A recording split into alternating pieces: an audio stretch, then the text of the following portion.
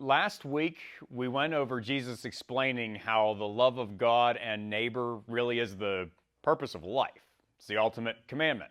But we are not able to justify ourselves on that and claim that we have fully done so. In spite of that, we can receive His love and then live out of it. And so that's, as Christians, what we're supposed to do. So today we're going to see how Jesus expanded on what it actually means to love God and other people, because there's a danger involved. It's just very easy to slip from that command and into a religion of rules. And then once we've done that, it also is unfortunately easy to drag other people down into that too. So we need to remember that Christ came to free us from the law's burden because we cannot free ourselves. So we need to be standing in His steady light rather than trying to insist that we have everything under control. So for this today, we are in Luke chapter 11. If you haven't already, go ahead and make your way in your Bibles there to Luke chapter 11. If you didn't bring a Bible, then you could use a phone instead if you've got one of those on you and just search for it online. But if you like the feel of real paper, we do have a few Bibles over on the counter. You could grab one of those. And in Luke chapter 11, we're going to start at verse 29. It says that while the crowds were thickly gathered together, He began to say, "This is an evil generation.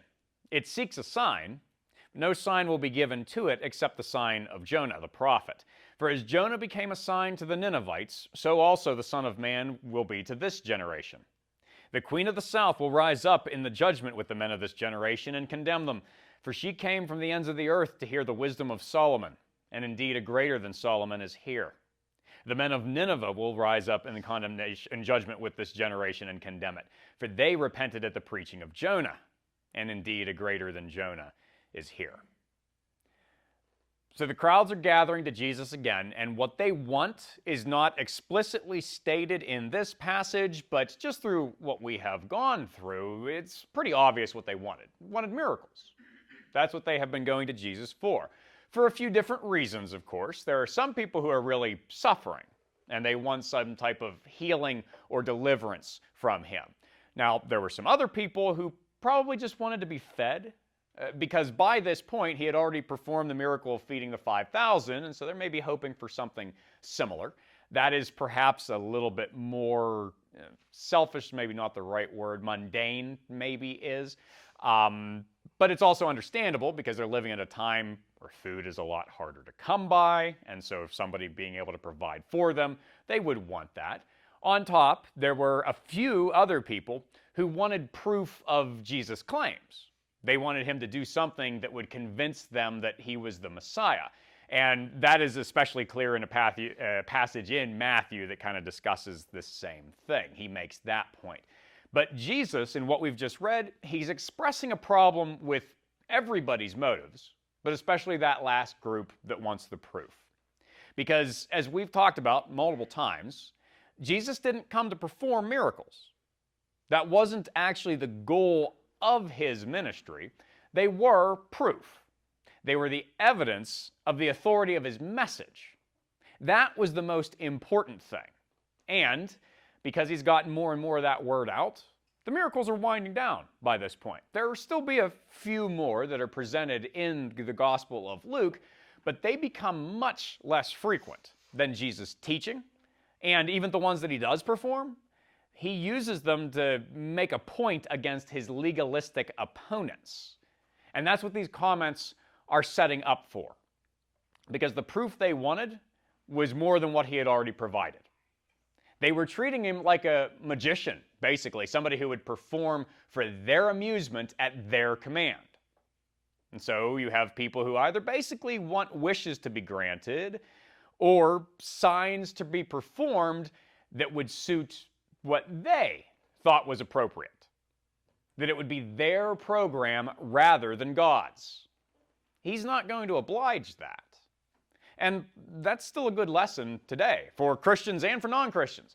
For Christians, we are supposed to ask God to provide for us and to take care of us. But if we are only bringing a checklist or a wish list of things to Him, rather than asking Him for His will first, like Jesus taught us to pray, then we're off the mark.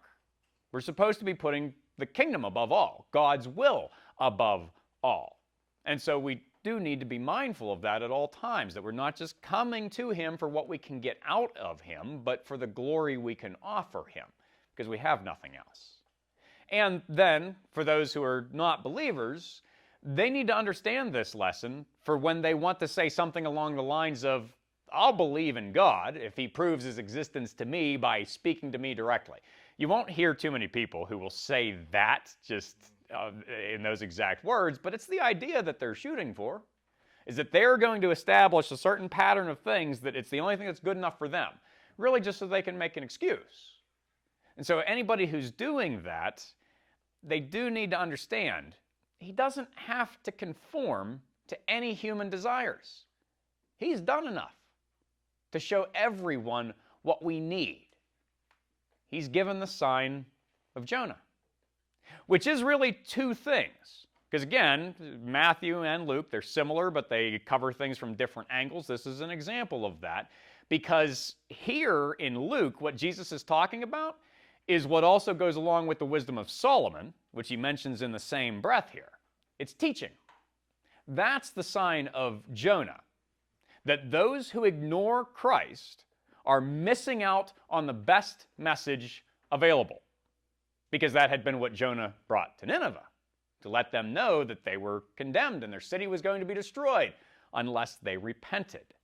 That was what Jesus was teaching too, that people needed to turn from their sins and find God's forgiveness. But of course, ultimately, that message is about one miracle that rises above all the rest of them. It's the one that everything else was pointing to. Because, and that's the other reason why this is the sign of Jonah, just as he was 3 days in the belly of the great fish, so Jesus was 3 days in the earth, before emerging from the tomb to offer life to those who trust in his name. That is what we need to desire above everything else. That eternal life that comes from with him and means being with him. That's the illumination of the truth. And this is what Jesus goes on to explain in the next few verses. At verse 33, he says, "No one, when he has lit a lamp, puts it in a secret place or under a basket, but on a lampstand, that those who come in may see the light. The lamp of the body is the eye.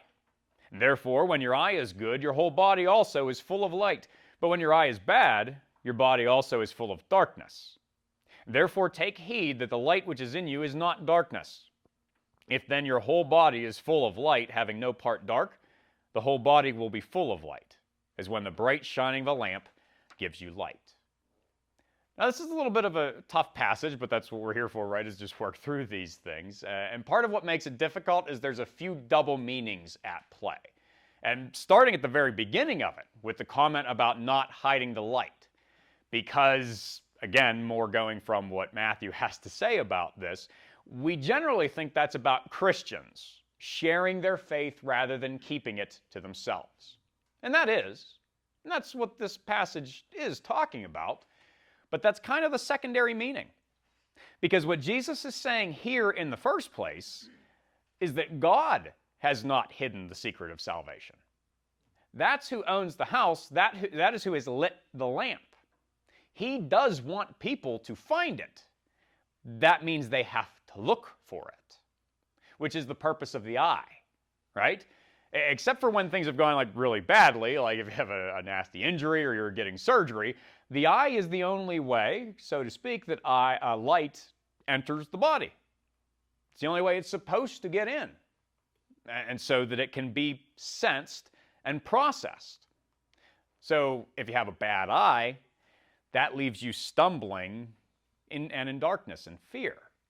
That's the issue with going blind and with losing sight. It's just the dangers that represents and the loss of that sense and the loss of direction and everything that goes along with it. But a good eye lets you see where you're going, and it lets you see what's coming to you. So that is part of the idea that's present here. That's the first meaning. The eye is the lamp of the body in the sense that it is what is allowing light to pass through to you. But then the second meaning to that is also that, in a way, eyes let light out. Now, what I mean by that is that eyes communicate a great deal in body language. They convey love and hate, welcome or disdain, truth and lies. We can see those here. And sometimes they speak even more clearly than our words actually do, more honestly than our words actually do. And if we have a bad eye toward people, they're going to know it. It's like the unwelcome of a house with all the lights out and the windows shuttered. It might be very beautiful on the outside, but it feels cold and empty. No one really wants to go up to it. But in good eyes, people see a welcome. And that is what Jesus' final phrase here means, which I think is probably the trickiest point of this, because it feels like he repeats himself. If you're full of light, you'll be full of light. Well, yeah, okay, but it's actually just a weakness of the translation that we're using. If we were to improve that a little bit, it would be, when you are full of light, you will be illuminated. So in other words, when you have it inside, you have it outside. That's the idea. People will be able to see. It's not just to your benefit. It's to allow others to find their way too. Those who are filled with God's love reflect Him. And when they do, even a humble setting, if it's well lit, it invites people in. That should be our goal. So we need to be careful about what we are conveying. And Jesus had a bit to say about that, and that's where the next passage goes in a conversation that he took part in. So at verse 37, it says that, and as he spoke, a certain Pharisee asked him to dine with him. So he went in and sat down to eat. When the Pharisee saw it, he marveled that he had not first washed before dinner. And then the Lord said to him, "Now you Pharisees make the outside of the cup and dish clean, but your inward part is full of greed and wickedness. Foolish ones, did not he who made the outside make the inside also? But rather give alms of such things as you have, and then indeed all things are clean to you. But woe to you, Pharisees, for you tithe mint and rue and all manner of herbs, and pass by justice and the love of God. These you ought to have done, without leaving the others undone. Woe to you, Pharisees, for you love the best seats in the synagogues and greetings in the marketplaces. Woe to you, scribes and Pharisees, hypocrites, for you are like graves which are not seen, and the men who walk over them are not aware of them." So this invitation that Jesus gets, it actually ties back into what we've seen a few other times, just in the people who were looking for a sign, what we're talking about from earlier today, and also to the dinner with the Pharisee that Jesus went to, we talked about a few weeks ago, where the woman anointed him, and to last week, the scribe who asked him what he needed to do to inherit eternal life. All of these people were trying to seem friendly enough. They're offering pretended hospitality, but he can see that the lights aren't actually on. It is just pretend. They're not really interested in listening to him. They just want to confirm their preconceived notions about him and about why he's wrong. That's all they care about proving. So in this case, he sets them up by not washing his hands. And we don't know if he did this in general or not. We just don't have enough to go on for that. And he may not have, because the actual law didn't command it before eating. This was something that was known as a custom of the elders. It was something that was added on as tradition over time. So maybe he usually skipped it, or maybe not, but he made something of it here to make sure that they noticed, so that he could lay into them when they pointed it out. Because he wanted to be able to say that they were defined by self-righteousness, by a legalistic hypocrisy. They cared more about keeping rules down to the finest point than they did about actual righteousness, loving God and man. And they wanted attention for themselves for what they were doing, so that their efforts would be approved by God. What they failed to recognize in that was that their pride in what were actually worthless positions and accomplishments was a pride that was taking them away from God instead, as they were trying to lean on themselves. So that was bad for them, but it also made them dangerous, because their outward appearance of piety made them look harmless, maybe even helpful. to people who were trying to get closer to God, but it's a serenity that Jesus compares to a cemetery. It was obscuring the corruption that lay underneath. And anybody who lacked awareness and wandered in and came in contact with them would be infected by their uncleanness. Because their philosophy was death, was leading to death, to separation from God when it pretended to offer worthiness from Him. We, as Christians, are supposed to be the opposite of that. As we say so often here by referencing 2 Corinthians 4:7. The nicety of the outside, it's not as important as the purity of what's inside. We can't be so concerned about appearances that we lose sight of charity for what it actually is, which is love expressed as concern for others. It's not just giving, it's actually caring. It's living out love. The more pharisaical we are, the more expert we are in our religion, the harder it is for us to actually do that, because it becomes more of a mental exercise than anything else. And Jesus continues his warning and his criticism in what follows next at verse 45. Because one of the lawyers answered and said to him, "Teacher, by saying these things, you reproach us also."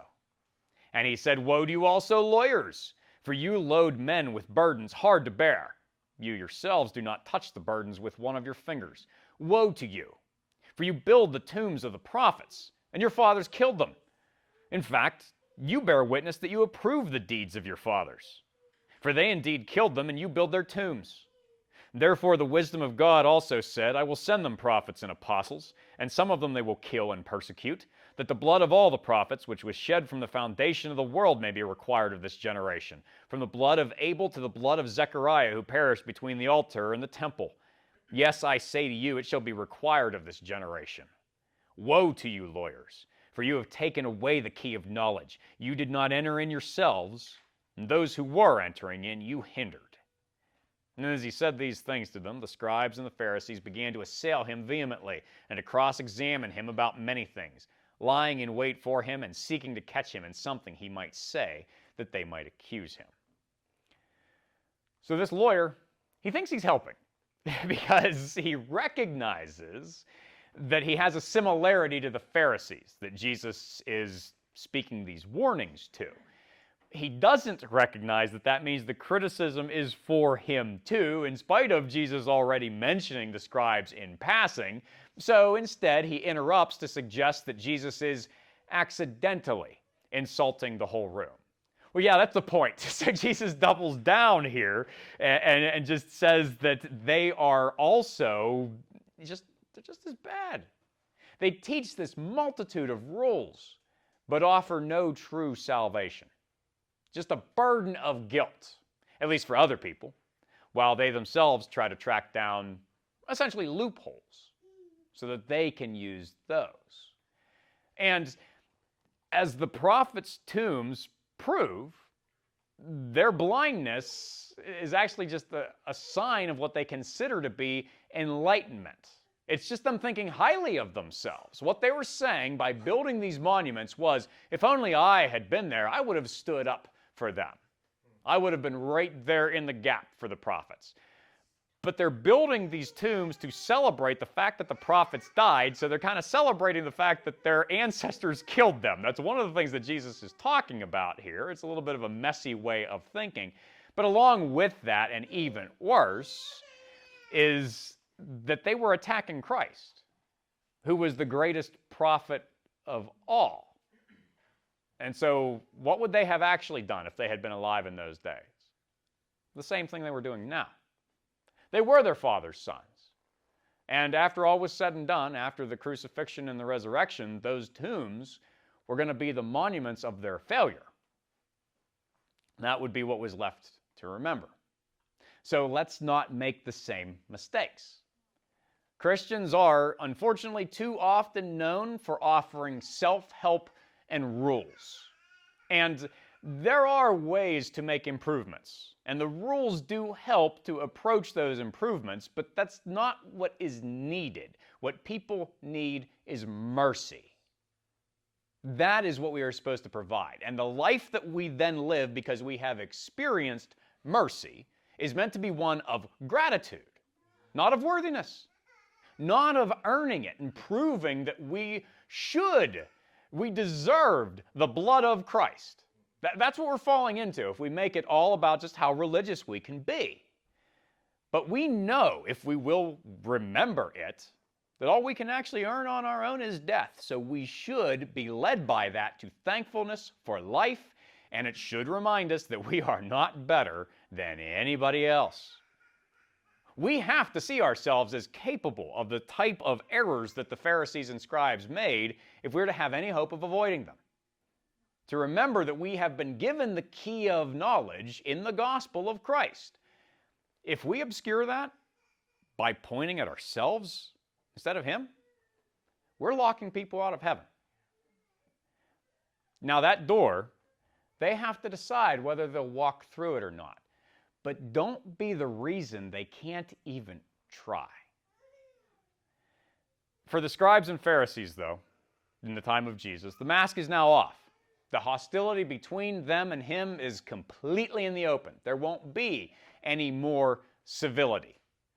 Just attempts to destroy Him, as they ultimately become part of God's purpose in the Son's sacrifice, although that was completely opposite to their intention. But it won't do them, and it won't do anyone who follows them any good. And so that's the warning that Jesus leaves with His disciples in the last passage we're reading today as we now go into chapter 12, verses 1 to 3. It says that in the meantime, when an innumerable multitude of people had gathered together so that they trampled one another, He began to say to His disciples first of all, "Beware of the leaven of the Pharisees, which is hypocrisy. For there is nothing covered that will not be revealed, nor hidden that will not be known.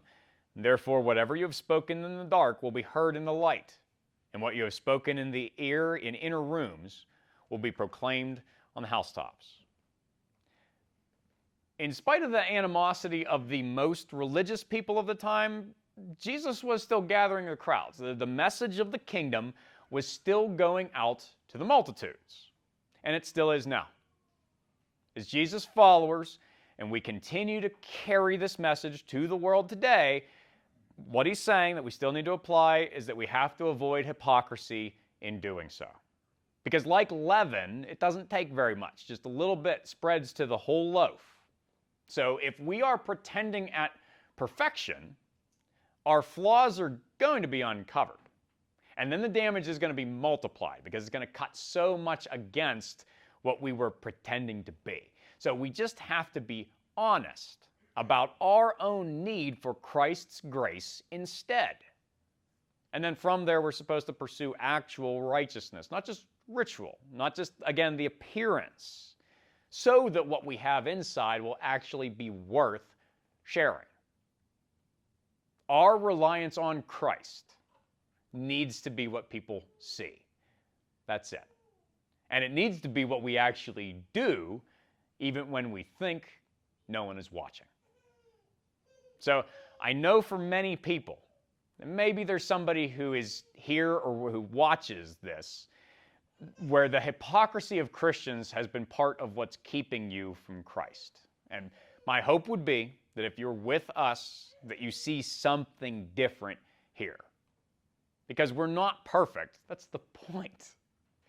And when I say that you are not perfect, which I will freely do, it's not to make me feel good about myself.